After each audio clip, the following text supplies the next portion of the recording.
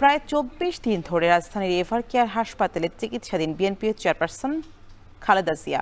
তার স্বাস্থ্য সর্বশেষ খবর জানাতে এভার কেয়ার থেকে যুক্ত হচ্ছেন সহকর্মী শাহরিয়ার জামান পুলক। পুলক, জানাবেন যে বেগম জিয়ার স্বাস্থ্য সর্বশেষ কি তথ্য রয়েছে আপনার কাছে এবং চিকিৎসকরা আজকে কোনো ব্রিফ করবেন কিনা?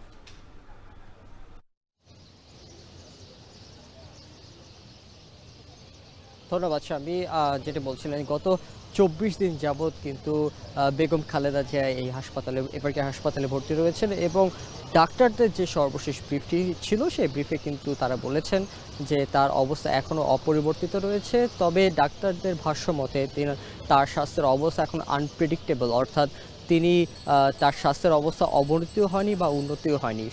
সুতরাং ডাক্তাররা কিন্তু ইতোমধ্যে বিভিন্ন পরীক্ষা নিরীক্ষা তাদের চালিয়ে যাচ্ছেন এবং এই পরীক্ষা নিরীক্ষার ফলাফলের উপর নির্ভর করবে যে আগামীতে তার চিকিৎসার অবস্থা কোন দিকে যাচ্ছে। অর্থাৎ চিকিৎসার তার অবস্থা যেহেতু এখন কিছুটা স্টেবল রয়েছে, কিন্তু এখন যে অবস্থায় তার স্বাস্থ্য রয়েছে সেই অবস্থায় তাকে কোনোভাবেই আসলে বা দেশের বাইরে নিয়ে যাওয়া সম্ভব নয়। এর জন্যই তার এখনও পর্যন্ত চিকিৎসক দল যারা রয়েছেন তারা কিন্তু এখনও পর্যন্ত অপেক্ষা করছেন। যখন এই তার স্বাস্থ্যের অবস্থা উন্নতি একটু পথে যাবে তখনই কিন্তু সিদ্ধান্ত আসতে পারে যে তাকে বিদেশে নিয়ে যাওয়ার। এছাড়াও ডাক্তাররা যারা রয়েছেন তারা কিন্তু বলছেন যে এভার কেয়ার হাসপাতালে যে চিকিৎসা তিনি পাচ্ছেন সেটি কিন্তু বিদেশের চাইতেও কিন্তু অনেক ভালো মানের। কারণ বিদেশে আসলে এই যে ২৪ ঘন্টায় যে এভার কেয়ারে যে তিনি ২৪ ঘন্টা দেশি বিদেশি ডাক্তারের মাধ্যমে চিকিৎসা পেয়ে যাচ্ছেন, এই যে চিকিৎসাটি এটি আসলে বাহিরে হয়তো সম্ভব না।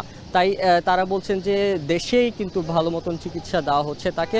এছাড়া কিছুক্ষণ আগে কিন্তু ডক্টর জুবাইদা রহমান কিন্তু এই যে এসেছেন, কিছুক্ষণ আগে বলতে ৫ মিনিট হবে তার আসা এখানে। তিনি কিন্তু প্রতিদিনের মতোই এখানে আসেন, এখানে ডাক্তাররা যারা রয়েছেন দেশি বিদেশি ডাক্তাররা রয়েছেন তাদের সাথে বসে কথাবার্তা বলেন এবং পরবর্তী কি পদক্ষেপ নেওয়া যেতে পারে সেটি কিন্তু এখানে প্রায় ৫ থেকে ৬ ঘন্টা থাকার পর কিন্তু সেই সিদ্ধান্তগুলো তিনি নেন এখানে থেকেই।